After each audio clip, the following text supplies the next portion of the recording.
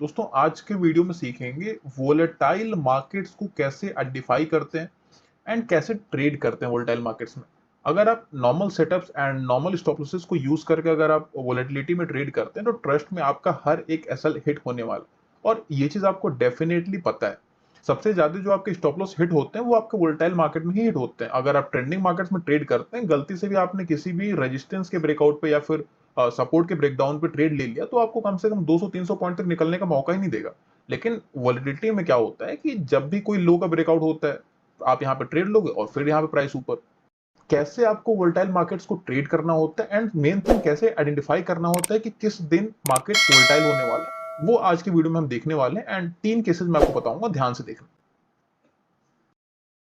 3 case हम यहाँ पे डिस्कस करने वाले हैं। जो सबसे पहला केस होगा उसमें मार्केट प्रीवियस डे में ट्रेंडिंग होना चाहिए।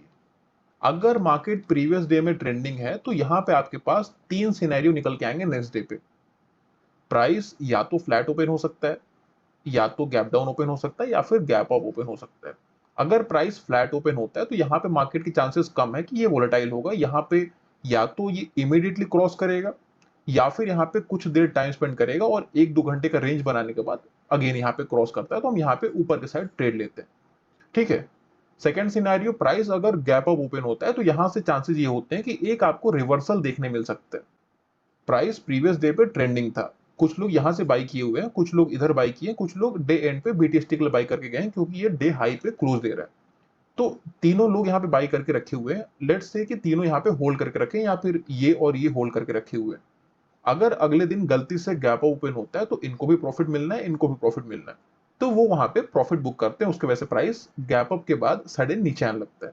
जो तीसरा हमारे पास सिनेरियो बचता है गैप डाउन का।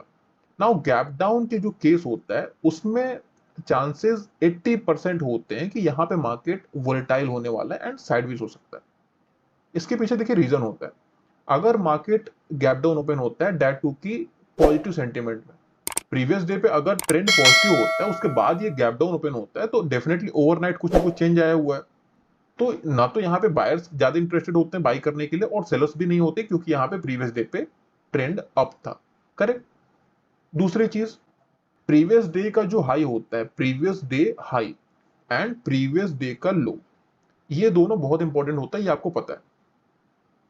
प्रीवियस डे का लो सपोर्ट की तरह काम करेगा, प्रीवियस डे का हाई रेजिस्टेंस की तरह काम करेगा। जब भी प्राइस इसके बीच में ट्रेड कर रहा होता है, ऊपर से लोग सी शॉर्ट करते हैं, नीचे से लोग पी शॉर्ट करते हैं।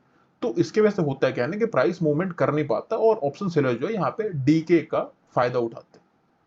तो जब भी आपको ऐसा केस देखने को मिले, आप चार्ट में बैक टेस्ट करके देखो, मैंने बहुत ही बैक टेस्ट करके देखा हुआ है। जब भी आपको ऐसा केस देखने को मिले कि प्राइस एक ट्रेंड के बाद गैप डाउन ओपन होता है या फिर नीचे एक डाउन ट्रेंड के बाद गैप ओपन होता है, दोनों ही केसेस में मार्केट वोलेटाइल टू साइडवेज होता है। करेक्ट। इस चीज की प्रोबेबिलिटी आपकी 80% के आसपास होती है। प्राइस यहां पे देखिए, एक डाउन ट्रेंड मार्केट है, उसके बाद प्राइस यहां ओपन होता है, ये आपका रेजिस्टेंस हो गया, यहां आपका सपोर्ट हो गया। लोग यहां से पुट शॉर्ट करते हैं, यहां से कॉल शॉर्ट करते हैं। ना यहाँ पे बायर्स इंटरेस्टेड है ना तो सेलर्स इंटरेस्टेड है। यहाँ पे कौन इंटरेस्टेड है? Option sellers. जब भी एक बड़ा मोमेंटम आता है ना तो यहाँ पे आईवी स्पाइक होता है, ऊपर के साइड में और नीचे के साइड में। नीचे थोड़ा सा ज्यादा होता है, ऊपर थोड़ा सा कम होता है। यहाँ पे एक जब भी बड़ा मोमेंटम आता है, विक्स इंक्रीज होता है, इंडिया विक्स, और उसके वजह से आईवी स्पाइक होता है तो प्रीमियम बढ़ जाते हैं। जब भी प्रीमियम बढ़ेगा वहां पे ऑप्शन सेलर्स आते हैं और उनको डीके खाना होता है। तो उसके वजह से क्या करते हैं ना, दोनों साइड से जब भी ऑप्शन शॉर्ट होने स्टार्ट होते हैं तो वहां पे चांसेस ये हो जाते हैं कि एक आपको साइडवेज मार्केट मिलता है। ठीक है। तो ऐसे केसेस में आपको एटलीस्ट बाइंग अवॉइड करनी होती है और कुछ तरीके होते हैं बाई करने के, कैसे करना है भी आगे डिस्कस करेंगे, कैसे ट्रेड करते हैं। दूसरा केस डिस्कस करते हैं, गेम ऑफ प्रोबेबिलिटी। चाहे कोई भी प्राइस हो, हर एक प्राइस में अगर आप लॉन्ग टर्म में एक ट्रेंड को एनालिसिस करते हैं ना तो आपको एक चीज समझ में आएगी। लेट्स से कि साल में 200 दिन होते हैं, उसमें से ऑलमोस्ट 30% टाइम मार्केट ट्रेंडिंग होता है ऊपर या फिर नीचे। बचा हुआ जो 30% होता है उस टाइम पे मार्केट वोलेटाइल होता है। उसके बाद जो 40% जो बचा हुआ होता है उसमें मार्केट साइडवेज होता है। ये चीज मैं आपको क्यों बता रहा हूं ना, कुछ लोगों का एक ट्रेंडिंग मार्केट देखने के बाद थोड़ी सी साइकोलॉजी डिस्टर्ब हो जाती है। आपको ये चीज जो प्रोबेबिलिटी होती है ना, थोड़ा सा इसको ध्यान में रखना होता है। अगर आज आपको ट्रेंडिंग मार्केट मिल रहा है तो इसके बाद नेक्स्ट डे फिर से आपको ट्रेंडिंग मार्केट मिले, इसके चांसेस सिर्फ 10% है। और आपको पता है कि स्टॉक मार्केट में जिसके चांसेस 10% होते हैं उस पर हम काम नहीं करते हैं। कोई भी सेटअप आप खोजते हो, कुछ भी खोजते हो, उसमें आपको क्या चाहिए होता है कि कम से कम 70% या फिर 65% का विन रेट हो, करेक्ट?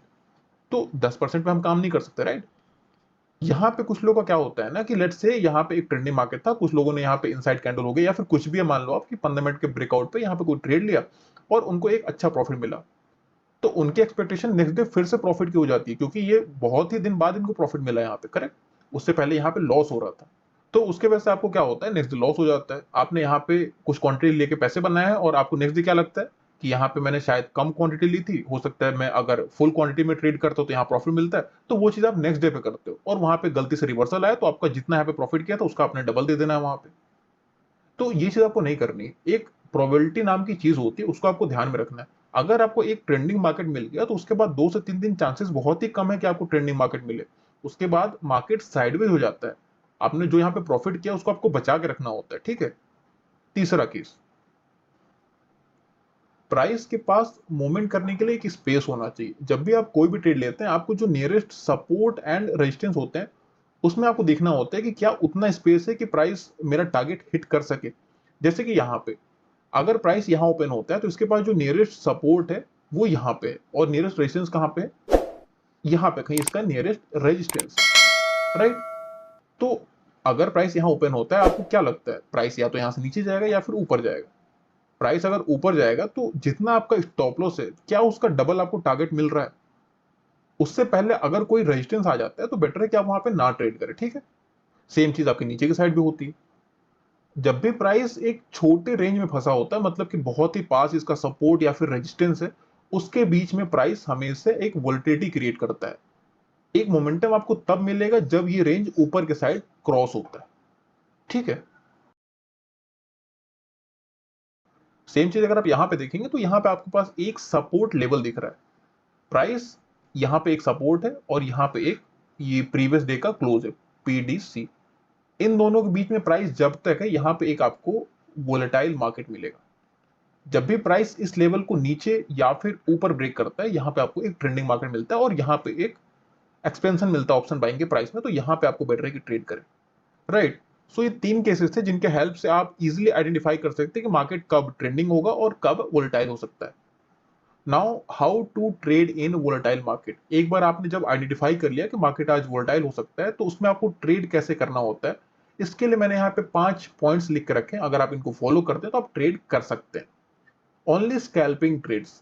जब भी आप वोलेटाइल मार्केट को आइडेंटिफाई करते हैं, उसमें आपको सिर्फ और सिर्फ छोटे टारगेट्स और छोटे स्टॉप लॉस, जो स्कैल्पिंग मेथड होता है, उसको सिर्फ यूज करना होता है। बिकॉज अगर आप लंबे टारगेट्स के लिए बैठ जाएंगे ना, तो कुछ देर जाके वापस वो रिवर्स करके आपका स्टॉप लॉस हिट करेगा, और ये चीज आपने देखी हुई है। And second important point, keep 1:1 का रिस्क रिवॉर्ड रेशियो। हमेशा मैं आपको बताता हूं कि 1:2 का रिस्क रिवॉर्ड रेशियो पे मैं ट्रेड करता हूं और आपको भी करना चाहिए, बट ये मार्केट कंडीशन के ऊपर डिपेंड करता है। मार्केट अगर वोलेटाइल है और उसमें अगर आप 1:2 के लिए बैठेंगे ना, तो डेफिनेटली आपका 1:1 से वापस आके हिट करने वाला है स्टॉप लॉस। तो बेटर है कि जितना आपका स्टॉप लॉस है, अगर आपको उतना प्रॉफिट मिल गया तो बेटर यू एग्जिट देयर। तीसरा इंपॉर्टेंट पॉइंट एंड सबसे इंपॉर्टेंट है ये, री एंट्री, ठीक है? मार्केट जब भी वोलेटाइल होता है ना, लेट्स से कि यहाँ पे एक सपोर्ट लेवल है, प्राइस यहां से एक बाउंस लेता है और वापस इसको ब्रेक करता है, आपने यहाँ पे सेल करना है। ऑब्वियसली बात है कि जब भी सपोर्ट ब्रेक होगा यहाँ पे आप सेल करेंगे। लेकिन मार्केट अगर वोलेटाइल है तो वो आपका स्टॉप लॉस हिट करने वापस जरूर आएगा। तो यहाँ पे आपका स्टॉप लॉस हिट हो गया, लेकिन जब भी प्राइस फिर से अगर नीचे आता है तो यहाँ पे आपको री एंट्री करनी है। जितने लोगों को यहाँ पे निकालना था, जितने लोगों का यहाँ पे स्टॉप लॉस खाना था, उसने खा चुका है। वापस अगर यहाँ पे आएगा तो आपको डेफिनेटली कुछ ना कुछ प्रॉफिट यहाँ पे नीचे मिल सकता है, ठीक है? तो re entry is must in volatile market. And fourth important point, trade only high probability setups. Let's say कि यहाँ पे एक प्रीवियस डे पे डाउन ट्रेंड था और मार्केट गैप अप ओपन होता है, तो बीच में यहाँ पे ट्रेड करने का कोई फायदा नहीं। जैसा कि मैंने आपको बताया, अगर प्राइस आफ्टरनून में नीचे आता है और यहाँ पे कुछ देर टाइम स्पेंड करके वापस इसको ब्रेक करता है, तो आप यहाँ पे ट्रेड कर सकते हैं, या फिर अपने प्रीवियस डे लो के पास जाके यहाँ से किसी न किसी रिवर्सल पैटर्न दिखता है तो आप यहाँ ट्रेड कर सकते हैं। तो ऐसे करके जो हाई प्रोबेबिलिटी सेटअप्स होते हैं ना, उसमें ट्रेड करना ज्यादा बेटर होता है। एंड लास्ट इंपॉर्टेंट पॉइंट जो कि मैं आपको हमेशा बताता हूँ, कि जब भी आपके पास कॉन्फिडेंस ना हो, जब भी मार्केट आपको लगे कि कहीं नहीं जाने वाला है, कहीं ट्रेंडिंग नहीं है, तो बेटर है कि आप अपना क्वांटिटी को कम करके हाफ क्वांटिटी में ट्रेड करें। तो ये कुछ इंपॉर्टेंट पॉइंट्स है जो कि आपको ध्यान में रखने हैं अगर आप वोलेटाइल मार्केट में ट्रेड करते हैं। And that's it for today. I hope आपको वीडियो अच्छी लगी होगी। अगर आपको कुछ नया सीखने को मिला डेफिनेटली आप नीचे कमेंट करके बता सकते हैं। मिलते हैं किसी अगले इंटरेस्टिंग वीडियो में। Till then bye and thank you.